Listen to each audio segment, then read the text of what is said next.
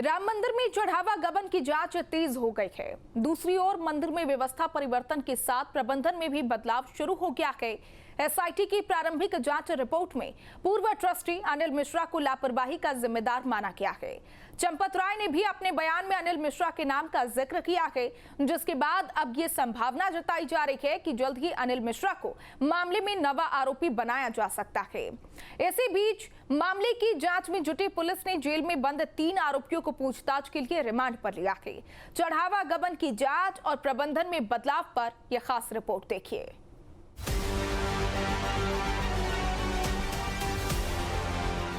अयोध्या, जहां प्रभु श्री राम का जन्म हुआ, अयोध्या जहां से राम राज्य की परिकल्पना की गई, अयोध्या जहां मंदिर निर्माण के लिए कार सेवकों ने जान की बाजी लगा दी।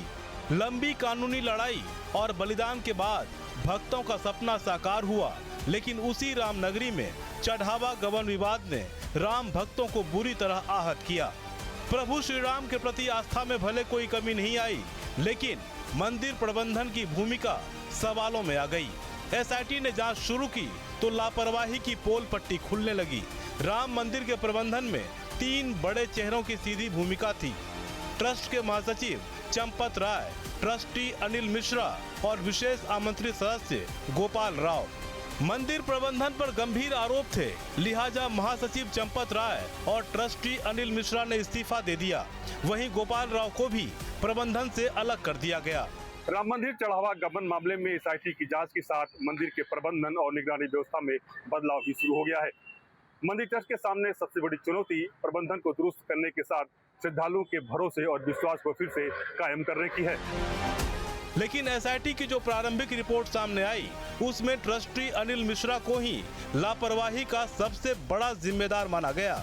एसआईटी की रिपोर्ट में कई ऐसे पॉइंट का जिक्र है जिससे अनिल मिश्रा कटघरे में खड़े किए गए हैं। एसआईटी की 9 पेज की रिपोर्ट में सबसे बड़ा पहलू ट्रस्ट के पूर्व सदस्य डॉक्टर अनिल मिश्रा से जुड़ा है। पेज नंबर 6 पर अनिल मिश्रा की भूमिका को लेकर गंभीर सवाल खड़े किए गए हैं। एसआईटी की रिपोर्ट के मुताबिक अनिल मिश्रा ने चढ़ावा प्रबंधन की जिम्मेदारी में लापरवाही बरती। साथ ही रिपोर्ट में ये भी लिखा गया है कि अनिल मिश्रा ने गिनती प्रक्रिया की भी प्रभावी निगरानी नहीं की। उनकी लापरवाही, असावधानी, इतने समय तक चलना, ये गंभीर बात है, ये नहीं होना चाहिए। डॉक्टर अनिल मिश्रा ट्रस्ट के वरिष्ठ पदाधिकारियों में एक थे और वित्तीय मामलों के साथ कैश जमा करने के प्रबंधन की पूरी प्रक्रिया की मॉनिटरिंग कर रहे थे। चढ़ावे की रकम की गिनती के लिए स्टेट बैंक के साथ तय एसओपी तैयार करने में वो ट्रस्ट के प्रतिनिधि के रूप में शामिल थे, लिहाजा एसआईटी ने उनकी भूमिका को महत्वपूर्ण बताया।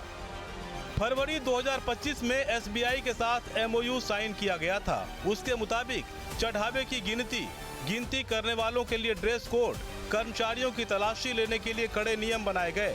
गिनती के लिए तय संख्या में लोगों की तैनाती से लेकर उनकी बायोमेट्रिक हाजिरी लेने जैसे नियम बनाए गए थे, लेकिन रिपोर्ट के मुताबिक इनमें से किसी भी नियम का पालन नहीं किया जा रहा था। एसआईटी ने इसी आधार पर अपनी रिपोर्ट में कई सवाल खड़े किए हैं। एसआईटी की रिपोर्ट के मुताबिक अनिल मिश्रा ने एसबीआई के साथ हुए एमओयू के नियमों का कड़ाई से पालन नहीं कराया। सितंबर 2024 और फरवरी 2025 में एसओपी जारी की गई थी। इसके बावजूद व्यवस्था की लगातार मॉनिटरिंग या समीक्षा नहीं की गई, जिससे चोरी करने का मौका मिल गया। सुरक्षा व्यवस्था में सुधार के लिए कोई प्रभावी कदम नहीं उठाए गए। गिरफ्तार किए गए 8 में से 6 आरोपियों की नियुक्ति की सिफारिश डॉक्टर अनिल मिश्रा ने ही की थी। अनिल मिश्रा के लिए ट्रस्ट स्वीकार करो, लिख दीजिए कि इनमें ये कमी है। हमेशा आज हम देखे कि मीटिंग में जहाँ लेन देन उस समय गोपाल जी हमेशा साथ में रहते थे। गोपाल जी जो करते थे वो अनिल मिश्रा करते थे, अनिल मिश्रा जो करते वो गोपाल जी करते, दोनों एक थे। तो गलती तो दोनों की एक की है नहीं, तो हम कहे अगर इनको हटाए तो गोपाल भी हटा दीजिए। मामले में शुरू से ही 3 नाम चर्चा में रहे, जिसमें चंपत राय, अनिल मिश्रा और गोपाल राव शामिल हैं। एसआईटी की रिपोर्ट में चंपत राय और गोपाल राव के नाम का सीधे तौर पर कहीं भी जिक्र नहीं है, लेकिन अनिल मिश्रा की भूमिका साफ तौर पर लिखी गई है। सूत्रों के मुताबिक अनिल मिश्रा के खिलाफ कई सबूत भी सामने आए हैं, जिसकी तस्दीक पुलिस कर रही है। अरे ये बात सुनने को ही हम लोगों को बड़ी बुरी लगती है। ऐसा लगता है कि हमारे कान में कुछ गर्म शीशा डाला जा रहा है। इतना सब होता रहा और किसी का ध्यान नहीं गया। ये हमारे लिए दुख की, वेदना की और शर्म की बात है। हम लज्जित हैं इसके बाद।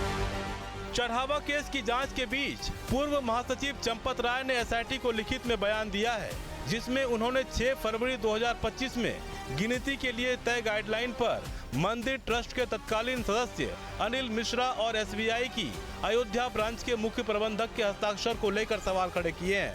चंपत राय ने एसआईटी से कहा कि ये पूरी प्रक्रिया उनकी जानकारी और सहमति के बिना पूरी की गई। चंपत राय ने दावा किया कि बैंक के साथ 6 फरवरी 2025 को जो एमओयू हुआ उस पर उनके हस्ताक्षर नहीं है। इस एग्रीमेंट पर डॉक्टर अनिल मिश्रा और एसबीआई अयोध्या शाखा के तत्कालीन मुख्य प्रबंधक गोविंद मिश्रा के हस्ताक्षर हैं। उन्होंने बयान में सवाल उठाया कि अगस्त 2020 से जून 2026 तक हुए सभी समझौतों पर मेरे हस्ताक्षर हैं, तो इस पर क्यों नहीं। चंपत राय ने यह भी कहा कि फरवरी 2025 के समझौते की खबर उन्हें 13 जून 2026 को हुई। उन्होंने कहा कि 9 फरवरी 2024 को बैंक के साथ जो मुख्य एमओयू हुआ था उसके हर पन्ने पर उनके हस्ताक्षर थे, जिसमें काउंटिंग रूम में सीसीटीवी और लोहे की सलाखों वाले दरवाजे जैसे कड़े सुरक्षा इंतजाम तय थे। लेकिन धरातल पर इन नियमों का पालन नहीं कराया गया और डॉक्टर अनिल मिश्रा इस ढिलाई पर मौन रहे। चंपत राय ने नोटों की गिनती के लिए हाउस कीपिंग स्टाफ को तैनात किए जाने पर भी आपत्ति जताई, जिसे अनिल मिश्रा की निगरानी में मंजूरी दी गई थी। ट्रस्ट के जो तमाम पदाधिकारी थे, जो तमाम मेंबर थे, उन्होंने इस चीज़ को माना कि इसमें जो ज़्यादा गलती है वो अनिल मिश्रा की है, लापरवाही इनसे हुई है। जो कदम इनको उठाने चाहिए थे इन्होंने कदम नहीं उठाया। इस चीज़ को आप लोग मानते हैं?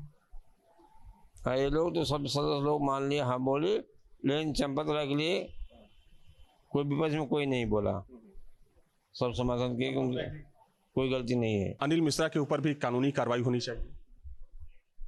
और तो शासन से जो गलती किया उसको दंड दिया, कोई दिक्कत नहीं है, तो राम अपने आप दंड देंगे। राम पर विश्वास बना, अपने आप सब सफलता मिल जाती है। चंपत राय ने आरोप लगाया कि बैंक ने गिनती प्रक्रिया के दौरान तय सुरक्षा मानकों का पालन नहीं किया। उनके मुताबिक गिनती में लगे कर्मचारियों के लिए बिना जेब वाले कपड़ों का इस्तेमाल किया जाना चाहिए था, लेकिन ऐसा नहीं किया गया। उन्होंने ये भी कहा कि दूसरे सुरक्षा नियमों की भी जमकर अनदेखी की गई। यही वजह है कि राम मंदिर चढ़ावा गबन मामले में अब डॉक्टर अनिल मिश्रा को 9वां आरोपी बनाने की चर्चा तेज हो गई है, क्योंकि एसआईटी की रिपोर्ट के साथ साथ चंपत राय ने भी अनिल मिश्रा पर ही धोखे और लापरवाही के आरोप लगाए हैं। राम मंदिर चंदा गबन मामले में 9वें आरोपी अनिल मिश्रा बना सकते हैं। उन पर भी अब एक्शन हो सकता है, क्योंकि एसआईटी की रिपोर्ट और चंपत राय के बयान में अनिल मिश्रा के नाम का जिक्र आया है। जिस तरह से एसआईटी में इंगित किया है कि अनिल मिश्रा ने घोर लापरवाही की और उनकी लापरवाही की वजह से चंदा चोरी हुई। इसके साथ ही चंपत राय ने भी एसआईटी में जो बयान दर्ज कराए हैं, उन्होंने धोखेबाजी और लापरवाही पूरी अनिल मिश्रा पर थोप दी है। अब बताया जा रहा है कि दर्ज मुकदमे में अनिल मिश्रा 9वें आरोपी हो सकते हैं। इस बीच चढ़ावा गबन की जांच में एक और बड़ा फर्जीवाड़ा सामने आया है। सूत्रों के मुताबिक पुलिस जांच में आरोपियों ने इस बात को कबूल किया है कि आरोपी न केवल चंदा चोरी करते थे, बल्कि फर्जी रसीद काटकर चंदा देने वालों से पैसे भी ऐंठ लेते थे। आरोपियों की निशानदेही पर पुलिस ने राम मंदिर के नाम पर बनाई गई पुरानी फर्जी चंदे की रसीद बुक भी बरामद की है। फर्जी चंदा रसीद के जरिए भी चंदा चोरी हो रही थी। एक पुरानी रसीद भी मिली है जो बिल्कुल ओरिजिनल से मेल खाती है। लोगों भी राम मंदिर का टस्का लगा है। इसी फर्जी रसीद के जरिए श्रद्धालुओं से ये गैंग चंदा वसूलने का कार्य करता था। बताया जा रहा है कि शुरुआती दिनों में आरोपियों से जब कोई मंदिर में दान देने की इच्छा जताता था, तो ये लोग रिसीविंग के तौर पर उसे फर्जी रसीद दे देते थे, ताकि किसी को शक न हो। तस्वीरों में देख सकते हैं कि रसीद पर श्री राम जन्मभूमि तीर्थ क्षेत्र का लोगो भी बनवाया गया, ताकि रसीद हूबहू बिल्कुल असली रसीद की तरह दिखे। नई व्यवस्था के तहत रसीद ऑनलाइन मिलती है, इसलिए इन लोगों ने इन रसीदों का प्रयोग करना बंद कर दिया था। वो तो रामलला के यहाँ जो चोरी है अपने आप साबित हो जाएगा ना चोरी है, वो दंड दे के सब वसूल लेंगे, सब आ जाएगा। ऐसा शासन है कि सब कभी नहीं हो सकता, सब हो जाएगा। सोसाइटी वाले जो काम कर रहे हैं, रामलला के ऊपर पूरा विश्वास बनाए हैं। बड़ा सौभाग्य रहा कि रामलला को मानते रहेंगे तो हम लोगों को हमेशा सफलता बनी ही रहेगी। हम लोग जीतेंगे, हारेंगे नहीं। बड़ा सौभाग्य रहा कि जो गलती है वो पकड़ लिए हैं, उनको जेल में पहुंचा दिए। बड़ा सौभाग्य रहा कि हम लोगों को सफलता मिली। राम मंदिर में व्यवस्था परिवर्तन के साथ मुलाकातों का सिलसिला भी जारी है। राम मंदिर ट्रस्ट में अंतरिम महासचिव बनाए जाने के बाद कृष्ण मोहन ने मंदिर परिसर और पूरी व्यवस्था का निरीक्षण किया। उन्होंने पूर्व महासचिव चंपत राय से भी मुलाकात की। बंद कमरे में दोनों के बीच अहम बैठक हुई। राम मंदिर में अंतरिम महासचिव की नियुक्ति के बाद प्रबंधन और निगरानी व्यवस्था में बदलाव लाया जा रहा है। आज कृष्ण मोहन ने राम मंदिर परिसर का निरीक्षण कर व्यवस्थाओं का जायजा लिया। वित्तीय प्रबंधन, दान पत्र में आए धनराशि की भी जानकारी ली और लोगों को दिशा निर्देश दिया कि भविष्य में ऐसी गलतियों की पुनरावृत्ति नहीं होनी चाहिए। वहीं ट्रस्ट के कोषाध्यक्ष गोविंद देव गिरी ने भी चंपत राय से मुलाकात की। बंद कमरे में दोनों के बीच काफी देर तक गोपनीय बैठक चली। श्री राम जन्मभूमि तीर्थ क्षेत्र ट्रस्ट से जुड़े घटनाक्रम के बीच एक और महत्वपूर्ण जानकारी सामने आई है। सूत्रों के अनुसार राम मंदिर ट्रस्ट के व्यवस्थापक गोपाल राव ने मंदिर परिसर छोड़ दिया है। अब बताया जा रहा है कि 6 जुलाई को ट्रस्ट की बैठक के दौरान ही कार सहयोगपुरम में वो शिफ्ट हो गए थे। सूत्रों का कहना है कि गोपाल राव को ट्रस्ट के विशेष ऑफिसर के पद से भी बर्खास्त कर दिया गया है।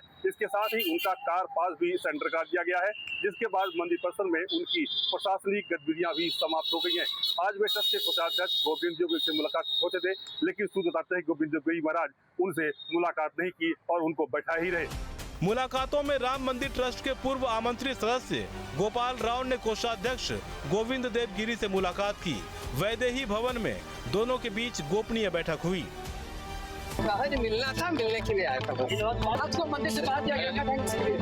नहीं, किसी को बाहर नहीं किया है। नहीं, गलत है, गलत संदेश है, गलत संदेश। वहीं राम वल्लभ कुंज के प्रमुख राजकुमार दास ने भी वैदेही भवन में गोविंद देव गिरी महाराज से मुलाकात की। मुलाकात के बाद राजकुमार दास ने कहा कि आने वाले दिनों में बहुत बड़ा बदलाव दिखेगा। आने वाले समय में कुछ बड़ा परिवर्तन होगा, वो दिखेगा, सबके सामने आ जाएगा। जो जनमानस को नई दिशा देगा, आस्था का केंद्र है, इसलिए। इस बीच मंदिर ट्रस्ट की व्यवस्था और प्रबंधन में परिवर्तन भी शुरू हो गया है, जिसके तहत अंतरिम महासचिव कृष्ण मोहन के 2 सहयोगी नियुक्त किए गए हैं। बैंक खातों का संचालन कृष्ण मोहन, जगदीश और चंदन राय मिलकर करेंगे। अब बैंक के किसी भी ट्रांजैक्शन पर तीनों के हस्ताक्षर अनिवार्य होंगे। अभी तक ये व्यवस्था अनिल मिश्रा देखते थे और उन्हीं के हस्ताक्षर होते थे। सिर्फ डिजिटल साइन गोविंद गिरी के प्रयोग में आते थे। अब गणना स्थल पर कुल 43 लोग मौजूद रहेंगे। 13 कैमरे सीसीटीवी के अतिरिक्त लगाए गए हैं। जो जगह रिक्त थी वहां अतिरिक्त कैमरे लगा दिए गए हैं। दान पेटी से गणना स्थल तक 27 सुरक्षा कर्मियों की भी तैनाती की गई है।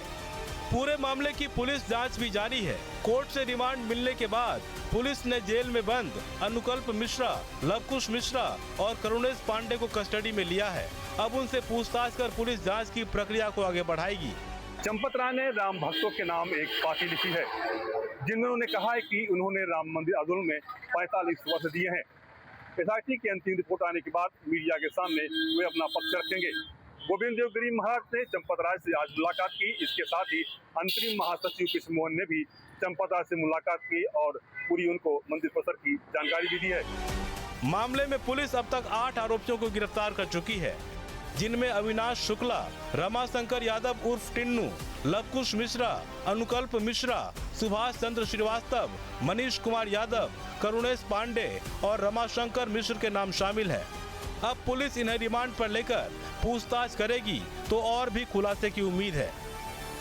इसके साथ ही आज पूछताछ के लिए रिमांड पर लाए गए तीनों आरोपियों की 7 बजे से ही रिमांड शुरू हुई थी, जिसके बाद पुलिस ने उनका पुलिस लाइन में मेडिकल चेकअप कराया और एसओजी अब उनसे पूछताछ कर रही है, क्योंकि रविवार को जेल में पूछताछ के बाद तीनों आरोपियों ने पुलिस को कुछ सुराग दिए थे। उसी बाद अब पुलिस पूछताछ कर रही है। चढ़ावा गबन विवाद के बीच फिल्म अभिनेता अनुपम खेर अपनी नई फिल्म की शूटिंग के सिलसिले में अयोध्या पहुंचे। शूटिंग शुरू करने से पहले उन्होंने हनुमानगढ़ी और राम जन्मभूमि में दर्शन पूजन कर भगवान राम और बजरंग बली का आशीर्वाद लिया। इस दौरान उन्होंने हाल ही में मंदिर से जुड़े चोरी के मामले पर भी अपनी प्रतिक्रिया दी और कहा कि कुछ लोगों के गलत काम से मंदिर की प्रतिष्ठा पर कोई असर नहीं पड़ता। चोर तो हर जगह होते हैं, उससे मान प्रतिष्ठा मंदिर की कम नहीं होती है। जिस